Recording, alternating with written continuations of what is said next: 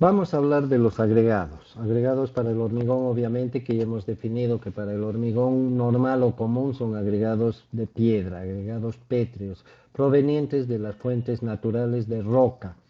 Entonces, en primer lugar nos vamos a referir, ya hemos hablado algunas cosas sobre los agregados, así que esta es una complementación. ¿Sí?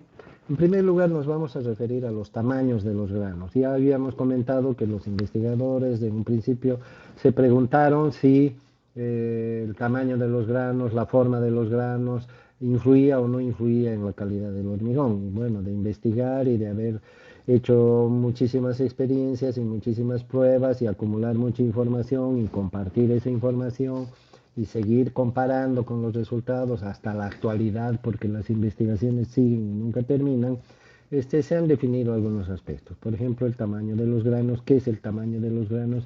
Seguramente que es la dimensión, ¿verdad? La dimensión de los granos. Pero ya hemos visto que un agregado tiene granos de diferentes tamaños. Entonces, ¿cómo haríamos para hablar del tamaño de los granos si cada uno tiene una forma irregular y además tiene diferentes tamaños? ¿Y cómo mediríamos el tamaño? Si es que el tamaño de un grano es importante, ¿cuál es ese tamaño? Es el diámetro mayor? Si es que fueran de forma redondeada, es la distancia mayor, la distancia menor, la distancia promedio o cuál de las distancias, porque si es irregular debe tener varias. Para ello, jóvenes, se inventó, siempre ha habido gente inteligente, felizmente, para estas cosas y que nos auxilian a los ingenieros, se inventó un método, no para medir los tamaños, pero sí para clasificarlos. Y este método son los tamices o sedazos. ¿Qué es un sedazo? No es nada más que una malla, como podemos ver acá, una malla de alambres colocados perpendicularmente entre sí y a una distancia tal que dejan una abertura de determinada dimensión. Por supuesto que en esa dimensión también influirá el diámetro de los alambres, pero ya a estas alturas todo está especificado, las fábricas que hacen esto ya lo tienen todo definido, así que lo mismo los compradores o los usuarios ya saben qué malla necesitan para determinados usos. Y en el caso de los agregados del hormigón existe una lista de aberturas, de tamaños para las mallas. Y lo interesante es que si tomamos un grupo de granos, como en esta figura, y los colocamos encima de una malla, y por algún movimiento manual o mecánico hacemos que esta malla se mueva, entonces este movimiento permitirá que los granos que logren pasar por las aberturas, entonces quedarán debajo del tamiz. Y los granos que no logren pasar quedarán encima, quedarán retenidos. Entonces fíjense que ¿qué es lo que estamos haciendo? Estamos clasificando los tamaños de los granos entre los granos que pasan y los granos que se quedan. Por lo tanto, los granos que se quedan asumimos que son más grandes porque por eso no pudieron pasar. Y los granos que pasaron asumimos que son más chicos que las aberturas y por eso pasaron. Si tenemos diferentes tamaños de aberturas de mallas y las colocamos en así como está acá, un tamiz encima del otro. Y arriba ponemos la malla más grande y así sucesivamente hasta llegar a la menor. ¿Qué es lo que estamos haciendo? Estamos clasificando los tamaños de los granos, quedando los más grandes arriba y a medida que vamos bajando de tamaño y también de posición, por eso digo bajando, nuestros granos se van a ir achicando, los granos que van a ir siendo detenidos y con mayor razón los que van pasando. Entonces, esta ha sido la manera universal y es la manera universal de referirnos al tamaño de los granos. Entonces, en realidad, cuando decimos tamaño de granos, no estamos hablando de un tamaño, estamos hablando de varios tamaños que cumplen con el requisito de no poder pasar por una abertura determinada, así como otros tamaños, no tamaño de granos, son aquellos que cumplen con el requisito de pasar a través de una determinada malla. Entonces, entre los que quedan y los que pasan son tamaños de granos. Ahora bien, si nos fijamos acá tenemos unas imágenes del tamizado que se llama, que es hacer pasar los granos, justamente lo que describí. Acá hay una imagen donde vemos un tamizado manual que consiste en sacudir, ¿no es cierto?, los tamices para ayudar a los granos a que pasen, a los granos que tienen que pasar, porque algunos no pasan porque están obstruidos por granos más grandes, entonces hay que removerlos para que tengan la oportunidad. Y acá vemos una maquinita que hace el mismo rol, lo sacude, pero evita el trabajo físico, ¿no es cierto?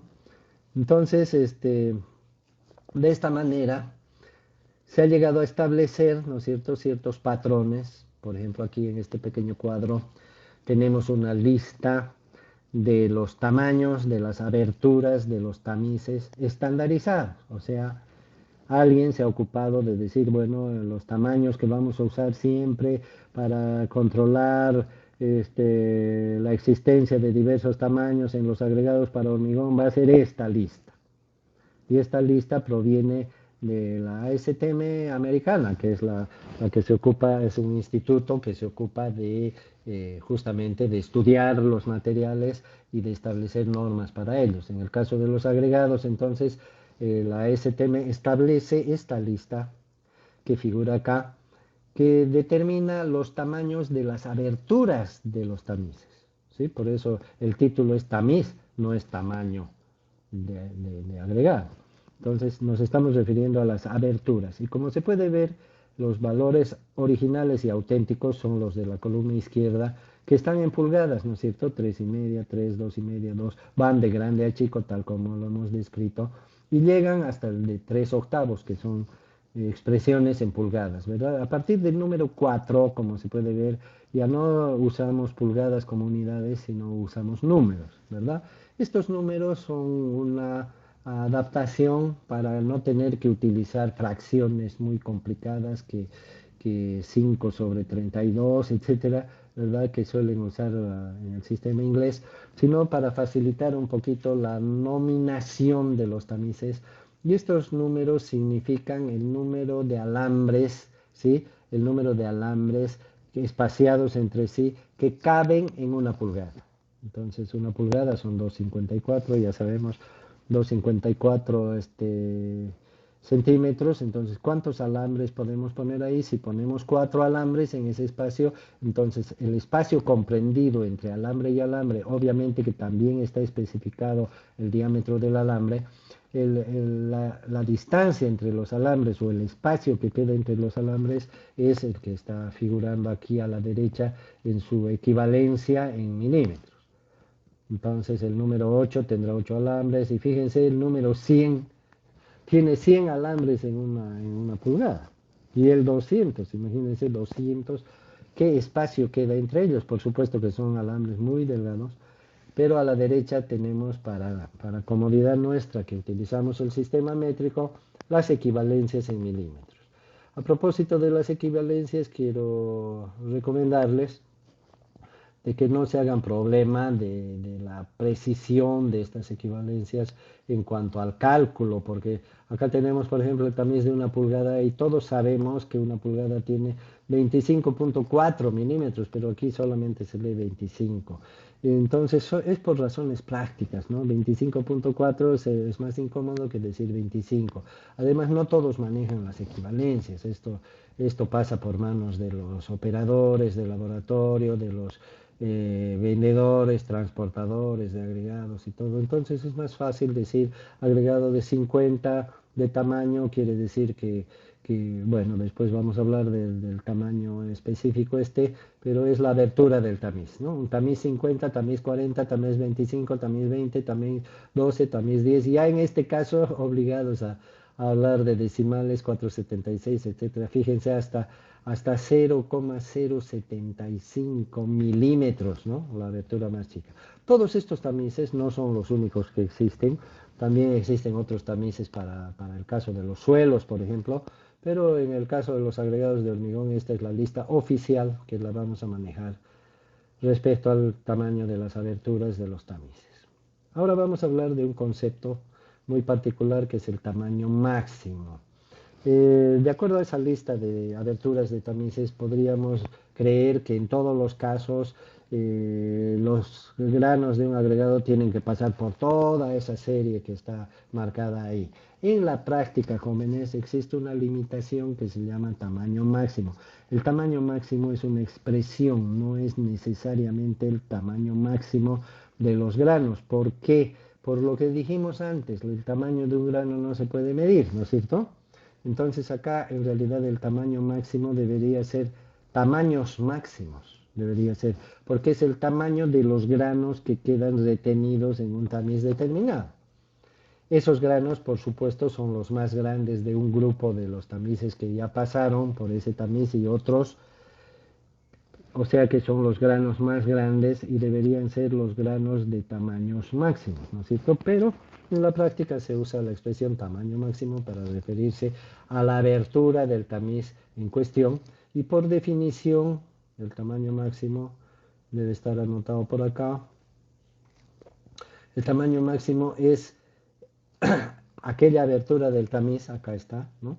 Aquella abertura del tamiz donde, por el cual pasa el 95% o más de los granos de un agregado. Es decir, que si tenemos un tamiz que retiene 5% o menos de los granos, ese es el tamaño máximo del grupo de granos.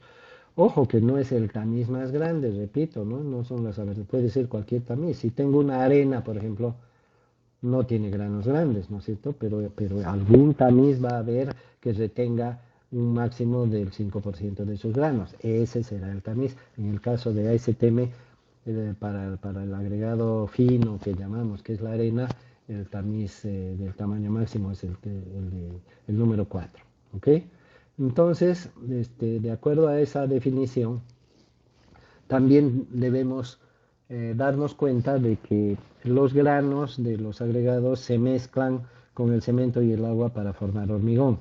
Y ese hormigón tiene que entrar en los moldes de modo que ocupe todo el volumen. Ya hemos hablado de la importancia que tiene eso y por eso hay un proceso que se llama el proceso de la consolidación, que algunos le dicen compactación, y que es un medio para ayudar al hormigón, ya sea manual o mecánicamente, para que entre sin ningún problema en todo el volumen del molde. Pero por otro lado sabemos que hay casos en que los moldes son de formas muy difíciles o es muy incómodo meter el hormigón o el hormigón no tiene la consistencia deseada o la plasticidad buscada o no tiene la necesaria, la suficiente como para que sea fácil el trabajo del moldeo o sencillamente el espacio que debe ocupar el hormigón está lleno de fierros y lleno de otras cosas, por lo tanto hay una dificultad para meter el hormigón. Entonces, si yo tengo entre un fierro y otro una distancia de 2 centímetros, por ejemplo, obviamente pues un grano de 3 centímetros no va a entrar. Y si un grano se tranca, se trancarán también los que vienen detrás y quedará un hueco en medio del hormigón, cosa que no se desea, ¿correcto? Entonces, por eso las normas nos fijan limitaciones para el tamaño máximo. Es decir, que si bien por una parte, ya lo dijimos, los agregados son los de mayor calidad en el grupo de ingredientes de un hormigón y debido a eso deberíamos desear que el hormigón sea, aunque sea pura piedra, pero y usar la de mayores tamaños posible, si bien eso es deseable desde el punto de vista teórico, pero en la práctica estamos limitados por los obstáculos que puede representar las dificultades que ya he mencionado para poder utilizar agregados muy grandes. Entonces, esas limitaciones en el caso del ACI, que es el Instituto Americano del Concreto, que define ciertos límites, nos determina 3 limitaciones. La primera limitación nos dice que el tamaño máximo en una obra no debe ser mayor que un quinto de la menor dimensión de un elemento. ¿Qué es un elemento? Es una zapata, una columna, una viga, una losa, una escalera, cualquiera que sean los elementos que tiene una construcción, tenemos que verificar que el tamaño máximo del agregado que se use para el hormigón, para estas estructuras, no sea mayor a un quinto de la menor dimensión. Por supuesto, habrán algunos elementos que tienen dimensiones grandes, regulares, chicas, y entre los que tienen dimensiones más chicas comprobaremos cuál es el que tiene la más chica dimensión, y el tamaño máximo no debe exceder de un quinto de esa menor dimensión. O sea, es una regla que se tiene que cumplir y punto. La segunda regla dice que el tamaño máximo debe ser menor o no debe ser mayor a un tercio de la losa. O sea, si una estructura tiene losas, como un edificio, un puente, etcétera, losas o placas, entonces el tamaño máximo no debe exceder a un tercio de la losa. Fíjense, es para la comodidad de colocación, etcétera. Pero esa es la segunda regla. La tercera regla es relativa a las armaduras. Y nos dice que el tamaño máximo de un agregado no debe ser mayor a las 3/4 partes del espacio disponible entre dos fierros. Por supuesto que para una obra tenemos que ver cuál es ese espacio más chico que existe entre dos fierros contiguos. Puede ser que en una losa no exista espacios chicos entre fierros, en una columna tampoco, pero en una viga sí. Y de repente en una viga es exageradamente chico y en otra no tanto. Tenemos que encontrar el menor espacio entre dos fierros contiguos, y el tamaño máximo no puede exceder a 3/4 partes de ese espacio. Fíjense, son estas tres condiciones que fija el ACI para escoger el tamaño máximo de una obra determinada, y estos tres criterios, se le llaman criterios de selección, estos tres criterios se tienen que cumplir simultáneamente. Vale decir que si el primer criterio nos dice que podemos usar 1 pulgada de tamaño máximo y el segundo criterio nos dice que podemos usar media pulgada, entonces para que se cumplan los dos simultáneamente tendremos que usar media pulgada, porque si usamos 1 pulgada ya no se cumple el segundo, ¿verdad? En resumen, de los tres criterios, de los tres resultados de estos criterios, hay que elegir el menor valor como tamaño máximo para toda la obra. O sea que un par de fierros que estén muy cerca entre sí nos pueden definir el tamaño máximo para toda la obra, siendo un edificio de 10 pisos, por decir una exageración y una contradicción muy grande. Por eso es importante que los calculistas pues salgan de su oficina, ¿no es cierto? Y que vayan a la obra y vean, se interesen también en las restricciones, limitaciones y adaptaciones que se tienen que hacer en la obra, y no se limiten a hacer sus cálculos encerrados entre cuatro paredes y ponerle el número. Les da que debe entrar 5 fierros y el espacio entre fierros no les interesa verificar, aunque los métodos de cálculo de estructuras fijan el espaciamiento máximo o el número mínimo, perdón, y el número de barras en un espacio determinado, pero tampoco hay que atenerse a eso e ir a la exageración, ¿verdad? Porque por dos barras nichis que estén muy cerca una de la otra se puede castigar, por decirlo de una manera así, a toda una estructura, ya que el uso del menor tamaño no es ni económico ni conveniente por las razones que ya hemos explicado. Sin embargo, es una restricción, es una regla y hay que cumplirla. Cuando ocurriría eventualmente un caso de esos que no es deseable, por eso el calculista tiene que tratar siempre de resolver este tipo de problemas antes de hacer el proyecto o durante la hechura, si se diera una situación así. En algunas obras se puede decidir usar 2 tamaños máximos o hasta 3. Pero no es nada conveniente, ¿verdad? Tener en una obra 2 o 3 o 4 hormigones es lo peor que uno puede hacer, porque si bien estaría cumpliendo más rígidamente con ciertas condiciones, porque algunas condiciones son muy buenas para algunas cosas, pero no tanto para otras, y en un edificio tenemos un conjunto de elementos que satisfacer, un conjunto de cosas, y a veces la satisfacción de unos no es tan óptima para otros. Entonces, elegir varios hormigones, varios tamaños máximos, varias diferencias entre los materiales que se van a usar, genera otro tipo de complicaciones logísticas, ¿no? ¿Qué tal si están vaciando?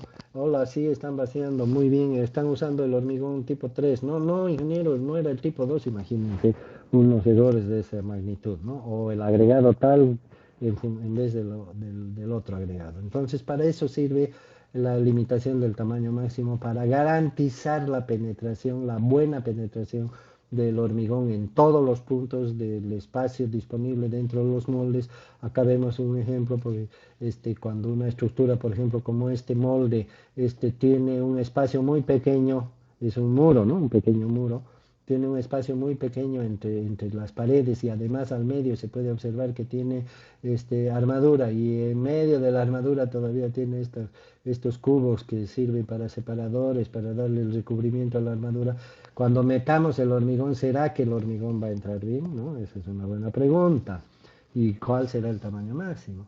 Acá lo podemos ver en vivo, bueno, no en vivo, pero en directo, lo que está pasando con el espacio disponible, y aparte que es un elemento de una altura no mucha, pero si fuera bajito sería más fácil, ¿no? Y a la derecha vemos una imagen ya de un hormigón ya vaciado, pero imaginémonos lo difícil que ha sido vaciar esto, ¿no? Inclusive se notan las separaciones de los vaciados, seguramente es hecho por partes, ¿no? Aquí, por ejemplo, este pedacito lo podemos ver que está dividido en 4 partes, seguramente en 4 sesiones de vaciado, porque es inclinado, seguramente bastante angosto, como se puede ver este otro elemento, y en qué posición, ¿no? En qué dificultad, a gran altura, etcétera. Entonces, para eso sirve el tamaño máximo, para facilitar la tarea en los casos más complicados. Acá tenemos otras imágenes donde podemos ver, fíjense, estos fierros no tienen ningún sentido, ¿verdad? No sé si cumplirán alguna norma, si el calculista habrá hecho lo que debe hacer, pero acá no entra ningún tamaño máximo, ningún hormigón, no atraviesa los espacios. Entonces, ¿qué va a ser del hormigonado? Claro, le falta el encofrado, pero por lo que se ve acá va a ser bastante más amplio. ¿Cómo va a pasar por acá el hormigón con agregados? Acá se ve otro ejemplo, pero un poquito más cristiano, ¿no es cierto? Donde se puede ver la estrechez que algunas veces queda para los agregados. De hecho, acá a ojo de buen cubero no hay ni 2 pulgadas, ¿no es cierto? Y los agregados, de acuerdo a la lista que hemos visto, hay tamaños hasta de 3,5, 13, se puede usar hasta 4. Acá está el tema de la granulometría, creo que ya hemos hablado más de una vez, y también en el texto hemos hecho mención de la granulometría. ¿Qué busca la granulometría? Un ordenamiento de los tamaños. Si bien ya se sabe que los agregados tienen que tener diversos tamaños, pero también se sabe que las proporciones de estos tamaños tienen que estar reguladas. ¿Cuáles son los 2 objetivos principales de la granulometría? El número 1, que haya una buena trabajabilidad, y número 2, que dejen entre los granos, queden el menor volumen de espacios posibles. Esos son los 2 objetivos. Los agregados que cumplen con esos requisitos se consideran buenos agregados o buena granulometría. Existen normas, especificaciones, los agregados gruesos por una parte, los agregados finos por otra. Sin embargo, también es bueno hacer notar que una granulometría es una condición, un estado. En algún momento les comenté que es como una fotografía, ¿no es cierto? Una granulometría es una circunstancia en un momento dado y en un grupo de granos determinado.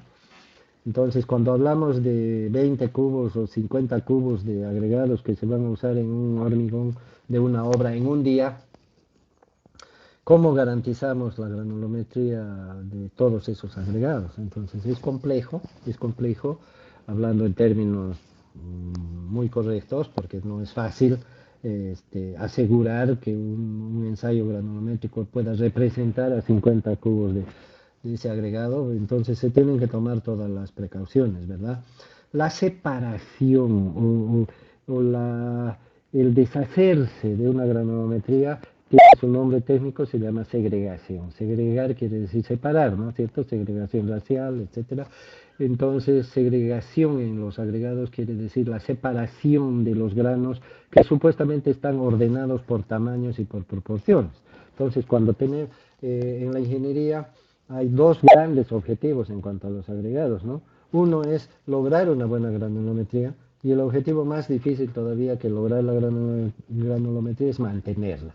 ¿Por qué? Porque los agregados se manipulan desde que salen de la chancadora o salen del río, se cargan, se descargan, se trasladan, se mueven por aquí, por allá, se los mete a la mezcladora, etcétera, ¿no? Entonces hay un manipuleo un manoseo, por decirlo así, de los agregados y de qué manera se van a mantener ordenados en la forma que los hemos colocado inicialmente, si no hay nada que los ligue, no hay una bolsa que los encierre, no hay un hilo que ate un grano con otro. Entonces, a este proceso de segregación se conoce como el desordenamiento de la granulometría. Por lo tanto, la segregación es lo contrario del ordenamiento de granos o de una buena granulometría. Obtenida la buena granulometría, es tarea del ingeniero evitar la segregación o reducirla al máximo. Y para esto se sigue una serie de reglas, hay distintas formas de segregación, el ingeniero tiene que interiorizarse con eso, está descrito en el texto de alguna manera, todas estas formas de segregación que consisten en deshacer la granulometría y todo empieza, fíjense, desde que se saca la muestra. O sea, para cuando se saca la muestra de un acopio, este es un acopio, un depósito de materiales que puede ser chico, puede ser grande o puede ser muy grande, gigantesco en las obras muy grandes. Entonces no es cuestión de que una persona se acerque, como vemos aquí en la foto, y con su pala saque unas cuantas paladas de donde le parece y se lleve esa muestra y después de hacer la granulometría en el laboratorio, digamos que esa es la granulometría de todo el material que está ahí.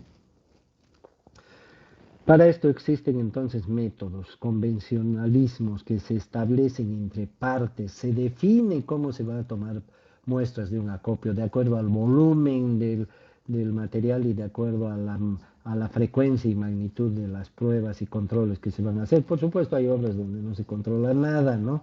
Pero estamos hablando de aquellas que más o menos serían confiables. Entonces, todo esto parte, el tema de la segregación y de combatir la segregación parte desde aquí. Inclusive el constructor se arriesga a que si este señor va y saca solamente los agregados de acá y va a hacer la granulometría, corre el riesgo de que la granulometría le dé mal, porque este material durante su manipuleo puede haberse segregado y puede ser que las partes que él está sacando no representen al total y más bien sean defectuosas. Entonces, para evitar, porque es inevitable que exista una segregación, ¿no es cierto? Pero para tratar de reducir estos efectos y agrupar de la mejor manera posible una muestra representativa, se establece previamente cómo se va a sacar la muestra. Qué sé yo, 2 paladas de abajo, 2 paladas de arriba, 2 paladas del medio, 2 paladas de la superficie, 2 paladas de la profundidad, 2 paladas, lo mismo del norte, lo mismo del sur, etcétera, ¿no? De cualquier regla que sea, pero que sirva para dar una idea de que se está sacando muestras de todo y que no está interviniendo ninguna intencionalidad ni mala de buena, ni de perjudicar ni de favorecer a los resultados, sino que sea lo más creíble posible.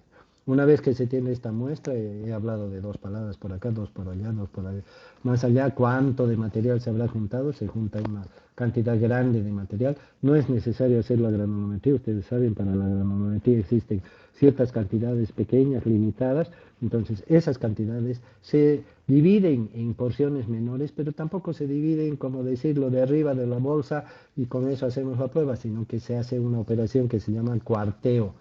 Y el cuarteo significa separar la muestra, reducir la muestra a lo necesario para el ensayo, pero siguiendo una metodología de manera que sea lo más representativo posible. Este aparato, por ejemplo, tiene unos huecos que se pueden ver acá y algunos huecos están dirigidos hacia la izquierda y otros están dirigidos hacia la derecha. De manera que cuando se mete el material aquí se divide en dos, ¿no? Se divide en dos y luego una de las mitades se vuelve a hacer pasar por acá y luego la otra mitad, así hasta que llega al tamaño de la muestra deseada. Una vez que se hace el cuarteo, aquí hay unas imágenes de un cuarteo manual.